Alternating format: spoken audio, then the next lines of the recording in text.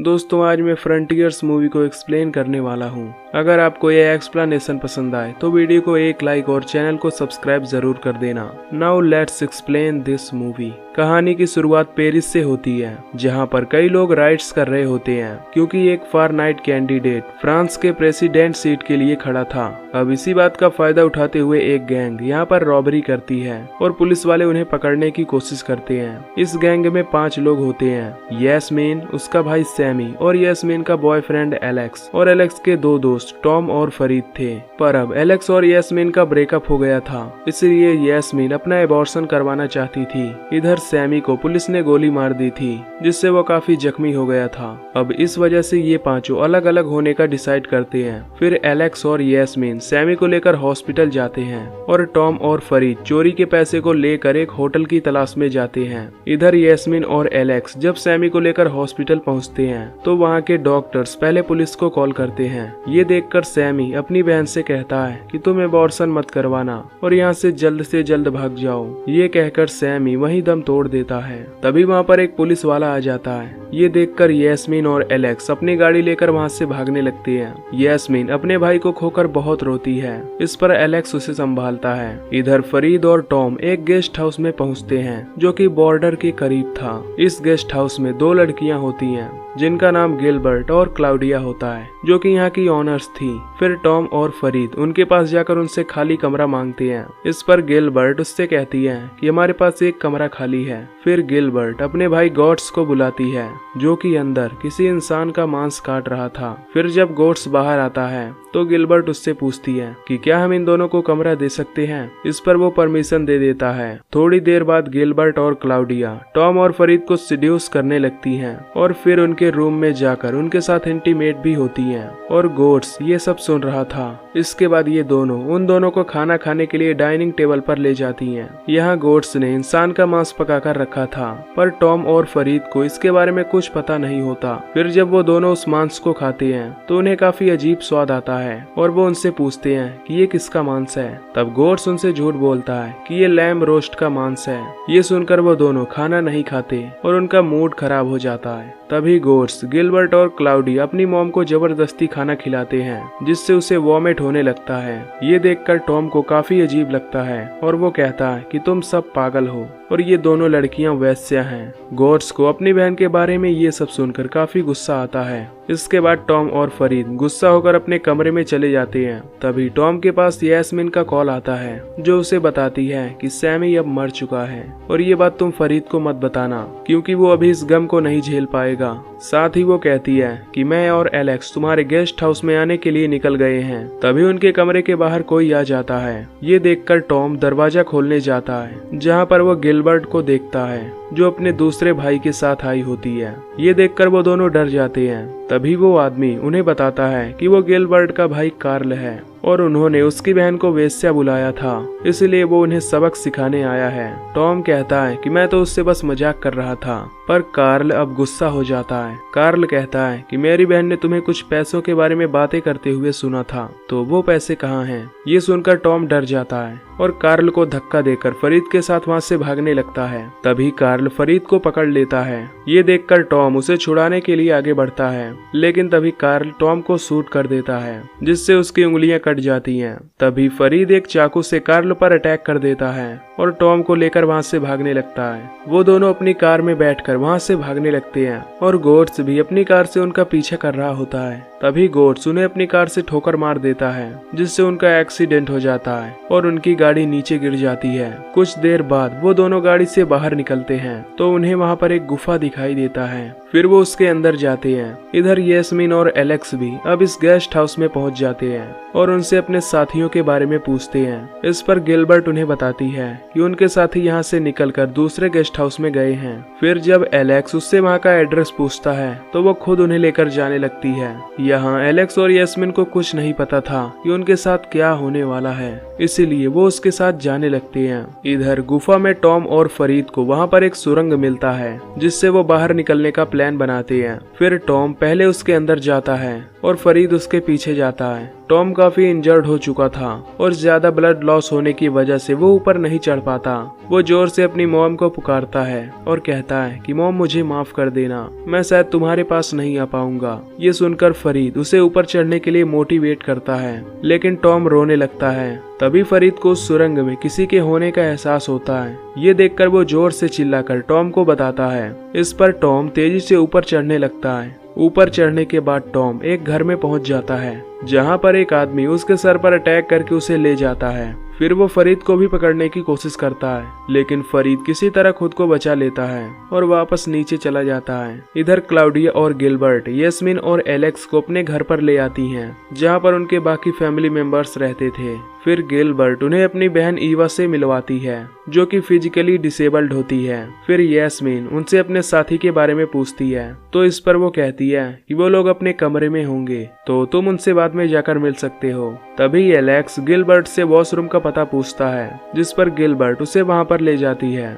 यहाँ यास्मीन को उस घर में स्केलेटन और कई किताबें दिखती हैं और ये देखकर उसे काफी अजीब लगता है। तभी उसे वहां पर एक नाजी की तस्वीर दिखाई देती है, जिसे देखकर वो डर जाती है। तभी ईवा यास्मीन से कहती है कि मेरे पिता यहाँ पर आने वाले हैं, तो तुम उनसे ढंग से पेश आना। फिर जब उसका पिता यहाँ पर आता है तो वो यास्मीन का हाथ देखता है और कहता है कि तुम्हारी किस्मत बहुत अच्छी है। इधर एलेक्स जब वॉशरूम से बाहर आता है तो उसे कुछ आवाज सुनाई देती है। तभी वो एक बड़े से आदमी को देखता है, जो तबेले में अपने सुअरों को खाना खिला रहा था। फिर जब वो आदमी वहाँ से चला जाता है तब एलेक्स वहाँ पर जाता है, जहाँ पर उसे टॉम उल्टा लटका हुआ मिलता है। ये देखकर वो रोने लगता है। तभी टॉम अधमरी हालत में उसे वहाँ से जाने के लिए कहता है। एलेक्स उसके पैर को हुक से निकालने की कोशिश करता है, लेकिन वो नहीं निकलता।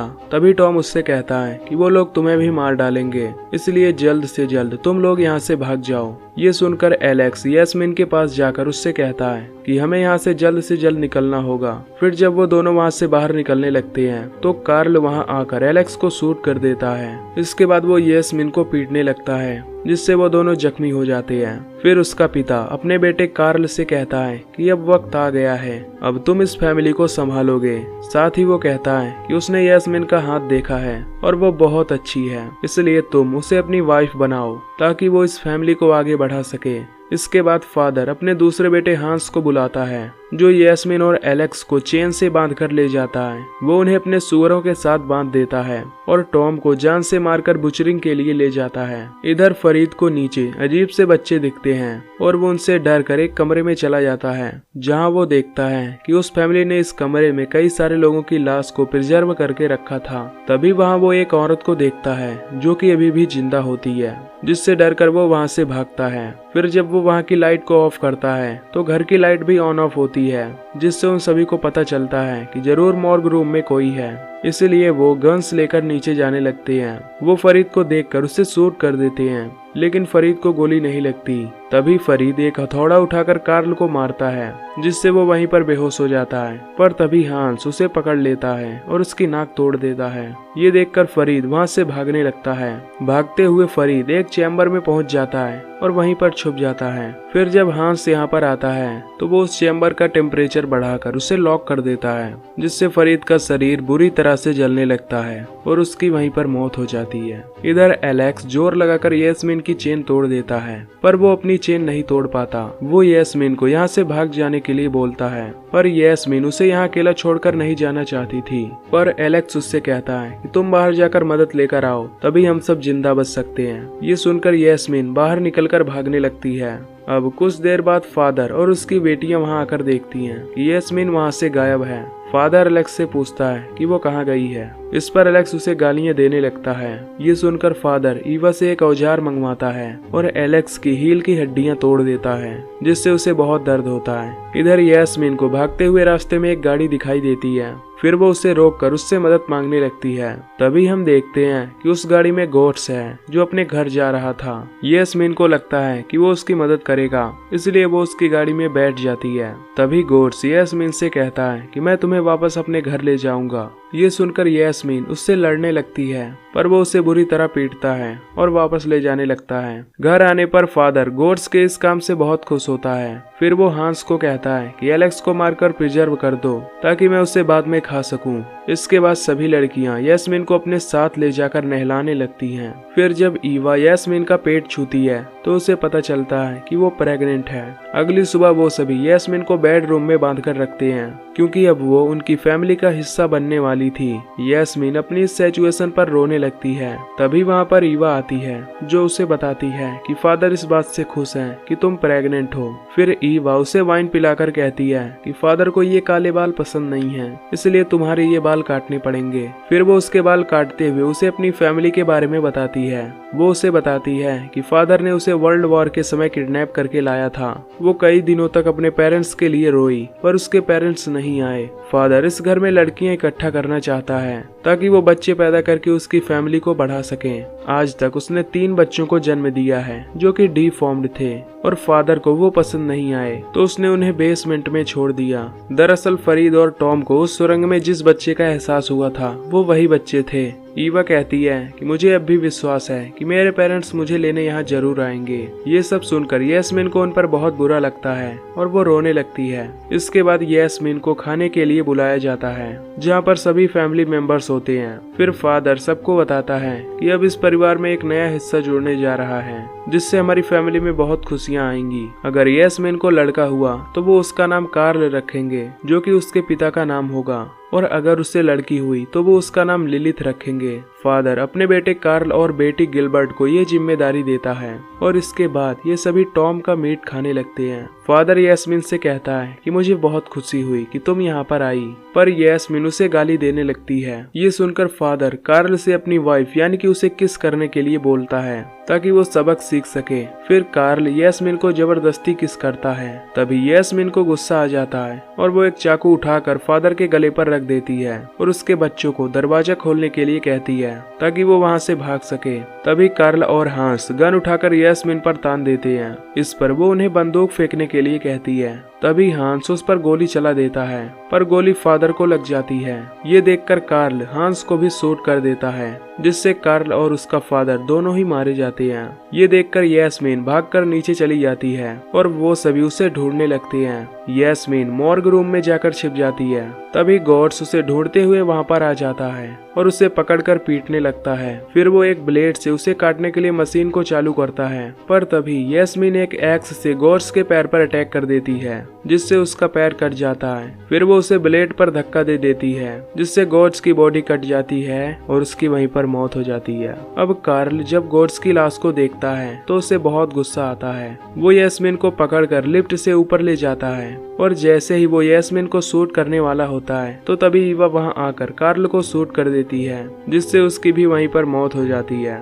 फिर वो यास्मीन को वहां से भागने के लिए कहती है पर जब वो गाड़ी में बैठती है तो उसे उसकी चाबी नहीं मिलती। ये देखकर यास्मीन वापस अंदर जाती है ताकि वो एलेक्स से चाबियां ले सके पर तभी वो देखती है कि एलेक्स मर चुका है। ये देखकर वो बहुत रोती है और उसकी जेब से चाबी ले लेती है। तभी क्लाउडिया और गिलबर्ट वहां आकर उसे शूट करने लगती हैं। यास्मीन को वहां पर एक गन मिलती है जिससे वो गैस टैंक पर शूट कर देती है जिससे वहाँ एक धमाका होता है और क्लाउडिया और गिलबर्ट जख्मी हो जाती हैं। फिर जब यास्मीन वहाँ से निकलकर भागने वाली होती है तो तभी गिलबर्ट वहाँ आकर उस पर गन तान देती है पर वो उस पर हमला करती इससे पहले ही यास्मीन उस पर हमला कर देती है और उसके गले को काट डालती है जिससे ज्यादा ब्लड निकलने के कारण उसकी मौत हो जाती है। फिर यास्मीन ईवा को अपने साथ चलने के लिए कहती है पर ईवा मना कर देती है क्योंकि उसे लगता है कि उसके पेरेंट्स उसे लेने जरूर आएंगे। ये सुनकर यास्मीन उसे अकेला छोड़कर वहां से निकल जाती है। तभी वो आगे पुलिस के ब्लॉकेज को देखती है।